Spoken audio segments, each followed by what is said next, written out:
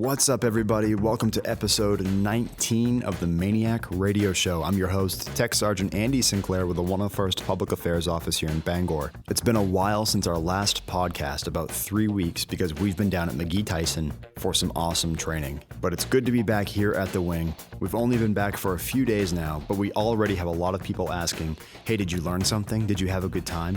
Do you feel smarter? And you know what? Yes, I do. Just ask us and we'll tell you all about it. Chief Moore always talks about furthering your professional development, and it was an outstanding experience down at McGee-Tyson. The men and women down there are top-notch professionals. But like I said, it is good to be back here at the wing, back in the great state of Maine, and we came back just in time for an exercise this drill weekend. Yay. You know what? That was the first thing I thought when I got off the plane. I'm breathing in crisp air. I got to look at all the snow we got while we were gone. And I stopped and thought to myself, I hope there's an exercise this weekend. And there is. And we're stoked about it. Just listen to the inflection in my voice. Don't I sound happy? Speaking of the exercise, Lieutenant Colonel Neto, who is the Wing Inspector General, is stopping by in a few minutes to talk about it. He can't go into too much detail, but he's going to kind of give us a broad overview of what to expect. But before we get to that, I want to talk to you about General Rice, who is the Director of the Air National Guard. He replaced General Clark, which, if you remember correctly, visited our wing here a couple of years ago. And now General Rice wants a dose of the MAINEiacs as well, as he will be here at the beginning of April. So if you happen to see somebody walking around with 3 stars with a name tape that says Rice, that's probably him. Make sure you render the proper customs and courtesies, and definitely do not put a MAINEiac sticker on his rental car. Not to say that's ever happened, but now you can't say no one's ever mentioned it to you. I mean, he probably wants a MAINEiac sticker, and he'll probably get it in some way, shape, or form, because why wouldn't he want one, right? So maybe we'll be able to get a soundbite from the general and put it in a future podcast. But I just wanted to let you all know, for those of you who didn't know, that General Rice will be here in the beginning of April. And it looks like Colonel Neto is here now, so let's bring him in.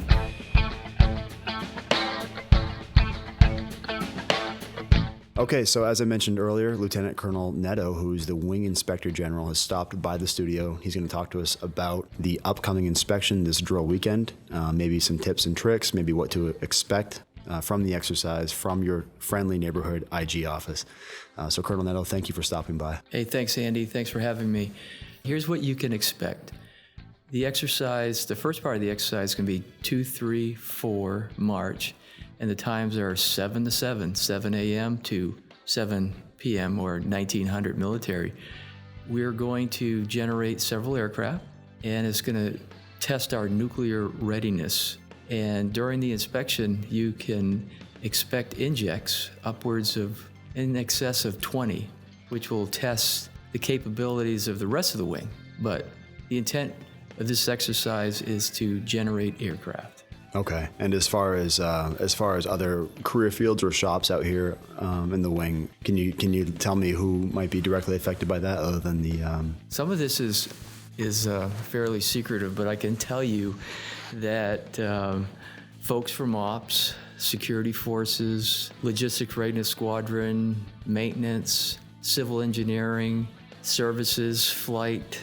They'll all be involved. They'll all have a part to play. Is this something that you guys generated locally, or is this something that you guys came up with, or is this something Guard Bureau came down and said, hey, perform this exercise on your wing, or? Well, we're committed to perform certain exercises and inspections on a yearly basis, and this is one, the NORI, Nuclear Operational Readiness Inspection, that we're conducting. It's actually a training event which will help us prepare for the Nuclear Operational Readiness Inspection, August of 2018. Is this something that's going to reoccur, you think, in a couple of years? Or it seems like we've been having a lot of exercises in the last couple of years. Absolutely. What I briefed the commanders, we're going to have this exercise in March.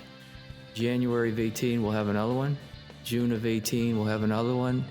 And it all comes to conclusion August of 18. Now, talking to Senior Master Sergeant Moore in the past about previous exercises that we've had, I asked the question, what can our MAINEiacs do to prepare for this exercise? And his response has always been the same. You can't prep for it. You're being inspected on what you currently know, not on what you could prepare for. Is that true for this exercise too? Absolutely. Do what you do best. Play like it's real. And if you're part of an inject, play it the best you can, like you've been trained throughout your career, how to handle different situations, and it's all going to work out. As you know, too, as well, for all the supervisors and NCOs and commanders that are listening to this podcast, the best thing you can do to prepare your airmen for this exercise is to make sure they're doing their job well and effectively to begin with, which I think we all do a pretty good job at anyway, as MAINEiacs. But what can the MAINEiacs expect as far as is there a different chow hall schedule or anything like that you know of because of the exercise? Right, the chow hall is going to be open Saturday and Sunday. Will not be open Thursday and Friday because it's not a UTA. And just make sure that your airmen show up with a plan to feed themselves on Thursday and Friday. And part of the exercise plan, the X plan, we've written into the plan approved by the wing commanders, giving the group commanders the flexibility for folks to go off base Thursday and Friday. If group commander feels it's appropriate to secure some food for lunch, just be prepared. Drink lots of water. Lots of water. Hydrate. And something else we put on the marquee driving on the base, you absolutely got to focus on having your seatbelts on, no talking on the cell phone, and because this exercise goes into the hours of darkness, make sure you absolutely have a reflective belt. Very important. And again, the exercise, first part of the exercise, 2, 3, 4, March. And the second part, which we haven't talked about yet, Andy, is the ATSO sea burning exercise on Sunday. So plan on that going from approximately 07:30 to 11:30. Our goal is for you to be able to eat lunch at the DFAC, and you won't be wearing your chem gear while you're eating lunch. Really important for us. That's a plus, and I know that I speak on behalf of everybody here at the wing. We appreciate that. Oh, you're welcome. We don't have to eat the magnificent food from the chow hall in our sea burning gear, so that's good. Absolutely, because a lot of us have been to IGXs in Gulfport, Savannah, Volk Field, Alpena, where we've gone to the DFAC in our chem warfare gear. And after eating, we walk outside and alarm red, duck and dive, put the gas mask on after eating. Not so fun. So our commitment to Airmen of the 101st is that we'll be done by on or about 11:30. Is there anything else you want to add, Colonel? Just a reminder, the exercise, first part of the exercise with NORI is 2, 3, 4 March.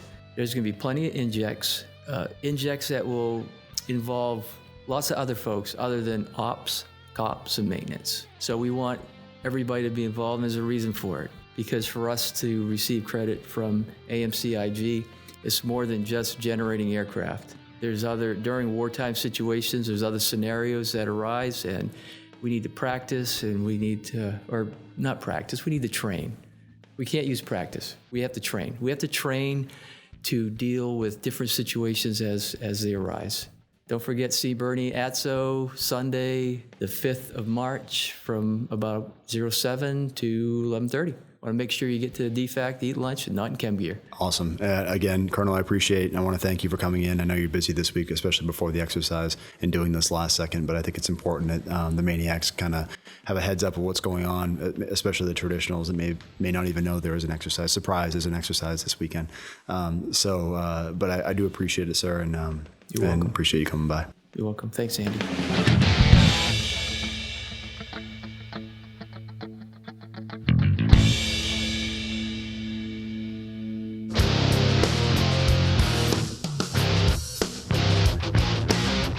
I mentioned earlier that we just got back from McGee-Tyson, and we learned a lot while we were down there. We had several classes every single day regarding public affairs and the new challenges and missions that we face every single day as 21st Century Guard Airmen. Now, one of the courses that we went through taught us how to operate and manage our new DoD official website. The new 101st Air Refueling Wing website is officially live, and you can access it by Googling 101st Air Refueling Wing or by typing in www.101arw.ang.af.mil. And I'll mention that link again at the end of the podcast. But this new website is awesome. You'll find the latest photos, latest videos, as well as the latest news on what's going on around the Air Force and Air National Guard. Now, the website is a constant work in progress, which we will be managing and changing content quite frequently, so bear with us while we learn this new process. But if you haven't already, go check out the website. It really is a one-stop shop for everything that goes on here at the 101st Aero Fueling Wing. And I forgot to mention, you can access it through your phone or tablet as well, so the website is mobile friendly. So go check it out and let us know what you think.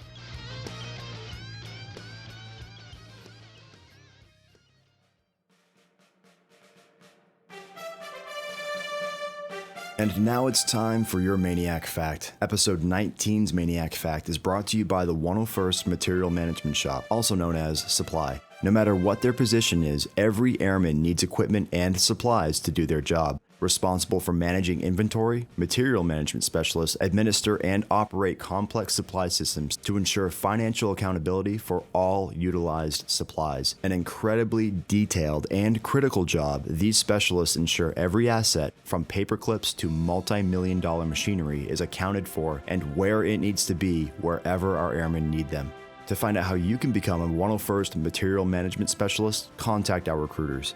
And here's your MAINEiac Fact. Let's go back to the early 2000s, which may seem like just yesterday, but if we head back to 2001, that was 16 years ago, which really can seem like a lifetime. So let's head back to 2001, where Tech Sergeant Trina Netto, a munitions specialist assigned to the 101st Logistics Squadron, traveled to Antarctica, where she worked with the 109th in support of Operation Deep Freeze. This operation was designed to provide operational and logistical support for the United States Antarctic Program and to aid the National Science Foundation in completing the Office of Polar Program's objectives. The 109th had 6 LC-130 Ski-Bird aircraft to accomplish this mission.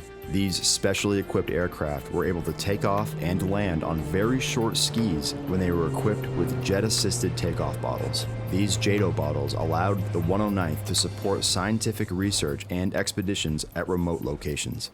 Tech Sergeant Netto explained, "According to the Antarctic Treaty, all JATO bottles and any munitions residue must be shipped off the ice at the end of each season. The JATO bottles utilized for these missions must be inspected and certified as munitions residue by a certified inspector before they can be shipped off the Antarctic continent. As a certified munitions inspector, and only one of 3 in the Air National Guard with specific JATO experience, she deployed with Operation Deep Freeze to accomplish the inspection and shipment of the expended bottles. She also inspected the JATO bottles and igniters to determine their serviceability. Tech Sergeant Netto accomplished her tasks in the harsh Antarctic weather, sometimes in winds as high as 49 knots. The work schedule was 6 days a week, 12-hour shifts a day, with 1 day off, and her duty locations included the flight line, the hazardous cargo yard, and the munitions storage area. So there you have it. One of our own MAINEiacs traveled to Antarctica, where she carried on the MAINEiac legacy and made history for the 101st Air Refueling Wing.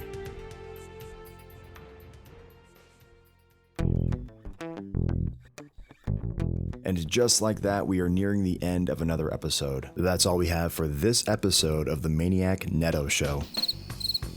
Not Netto, radio. The MAINEiac Radio Show. I'm your host, Tech Sergeant Andy Sinclair with the 101st Public Affairs Office here in Bangor. Don't forget, Drill Weekend is this weekend, and with that, it is a very special Drill Weekend. We have an exercise, so make sure you plan accordingly, and make sure your battle buddies or wingmen plan accordingly as well. Bring lots of water, bring some snacks, bring some No-Dos, or Red Bull, whatever you need to stay focused. But we're gonna rock this exercise just like we do every other exercise we have here at the wing. Why? Because we're MAINEiacs, and that's what we do. So make sure you bring plenty of food and plenty of water. Just like Lieutenant Colonel Netto said, hydrate, hydrate, hydrate. Me personally, I'm gonna have lots of coffee and stock up on my supply of Lunchables just in case I get hungry. And I don't eat Lunchables because it's quick and easy. I eat them because they're frickin' delicious.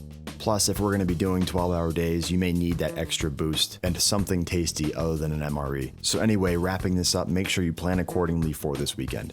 Make sure you head over and check out our new website at www.101arw.ang.af.mil. You can also check out our Facebook and Instagram pages by searching 101STARW, where you'll find daily content being uploaded to find out what's going on around your wing. While you're at it, make sure you hit up the Vice Wing Commanders Facebook and Instagram by searching CV.101ARW.